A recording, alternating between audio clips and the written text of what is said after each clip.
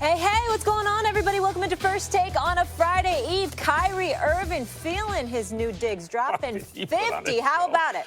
But it still wasn't enough. How we doing, guys? What's up? What's up? How y'all doing? What's going on? Oh, good. Enjoying my time out here. All right, here's what Kyrie had to say No, it's too far away. after the game.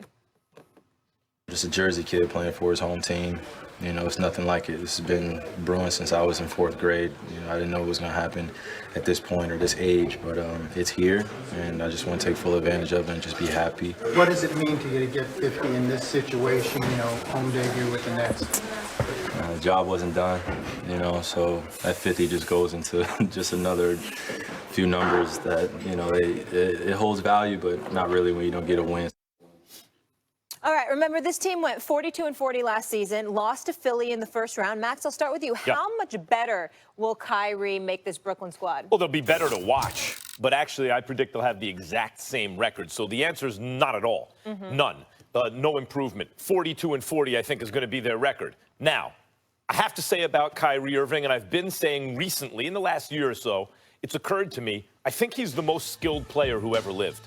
Like when you're talking about among the talented players, talent being just physically what you can do and skill being how you hone that and refine it. Kobe Bryant, he reminds me most of Kobe in the NBA right now. Maybe it was Kobe. I think maybe Kyrie even more skillful. It's ridiculous. He has the greatest handles of all time. He is the best finisher below the rim in the paint of all time. He can shoot the lights out. He can play under pressure. He can do everything you want a basketball player to do. But having those skills and having the wisdom as how to best deploy them are two different things.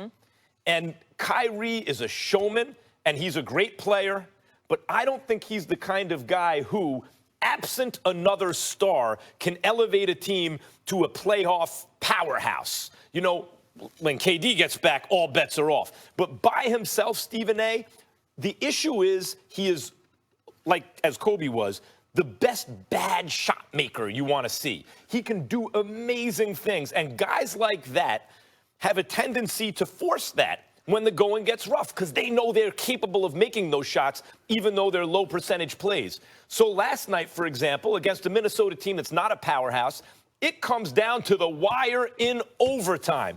He was criticized because he lost the hand. He got off a good shot. I thought it was good. I thought he'd won the game. He lost the game. You know what? Next time it's going in. But it's going to be like that this season. When that shot falls, which it'll do half the time, they'll win. And when it doesn't, they'll lose. I'm saying he'll be a little over 500. Just like last year, the team stays in place. Once again, you convolute things to such a degree that we might as well take a course at Columbia to try to comprehend what you're saying. First of all, when you talk about the wisdom to deploy your skills, excuse me, that falls in line with your skills. If you're devoid of wisdom as to when to deploy the assets that you have, that compromises your skill set to some degree. That's number one. Number two, I'm sorry, Kevin Durant at 6'11" with what he can do. You talk about the most skilled player ever. Kevin Durant's not in that conversation. I think he is. What about Steph Curry? Last time I checked, I thought he had a nasty handle. And oh, by the way, he can pull up from 40 plus. Okay, that's a skill set. So we could debate that till the cows come home. That is could be Kyrie in that conversation or not? He's in the conversation. Okay. He's in the. I never said he wasn't in the conversation. You said he was the best ever. Period. I'm saying there are other people in the conversation to bring that statement by you into question. Now, let's get to what happened last night in terms of what Kyrie Irving means to the Brooklyn Nets. I believe the Brooklyn Nets are going to be better. The reason why I believe they're going to be better is because I think they're a pretty damn good team, period. And I think Kyrie is better than D'Angelo Russell. And I think the East is weaker this year than they were last year. When you say better, you mean go further in the playoffs? No, I mean a better record. I mean a better regular season record and potentially to go further in the playoffs. Because remember, they got bounced out in the first round. That ain't going to happen. That might not happen this year. Because when you look at Milwaukee and you look at Philly and to a lesser degree Boston, who I believe are the legitimate argument to be made that Brooklyn could give Boston a run for its money, the reality is it's plausible that the Brooklyn Nets can end up a 3 or 4 seed and they could possibly get out of the first round. So I look at it from that perspective. In terms of a regular season record, let's also remember this. These brothers can play. Joe Harris is a damn good shooter. Reigning three-point shooting champion All-Star Weekend, if I remember correctly. Taurean Prince is not a scrub. Karis LeVert can play. And then you've got Kyrie Irving. And then you got DeAndre Jordan, who's a shot blocker and a rebounder. We can't ignore him. We got Jarrett Allen. He's improved, he's gotten a little bit bigger. He wants to challenge Joel Embiid. I don't know how he's going to look under those circumstances, but I expect him to be better. Obviously, Atkinson can coach. So when I look at the Brooklyn Nets, my mentality is this. They were a pretty solid team. Now they've added a star. The superstar hopefully will arrive at the end of the season. But even without Kevin Durant, the bottom line is when you look at the Brooklyn Nets, I see them, Max, specifically. They went 42-40 last year, if I remember correctly. I think they can win 45 to 47 games this year and probably end up a top 4 seed, and they go home in the second round. That's where I see it. Listen, that's not much of an argument. I mean, a couple games here or there, yeah, if things break their way, but I don't see it. I want to get to what you said about me parsing, definitions and stuff, and you saying, hey, if you don't have the wisdom to deploy your skills to the best effect, that falls under skill. Okay, maybe, but I'm trying to get across, it's a fair point, but I'm trying to get across the feeling you get when you're watching Kyrie. There's something different about him. His whole kind of basket of skills, what he can do. There's so many that are pitched at such a high level, you start to wonder, why hasn't he, absent another superstar, been able to do more? Why is it that the Celtics got worse when he was on it? You could point to the coach and Gordon Hayward's injury and guys taking a step back and all kinds of stuff. Why was it before LeBron got to the Cavs, they weren't any good, and then LeBron gets there and they're great? You can say, well, he was still developing. They didn't have a roster around him.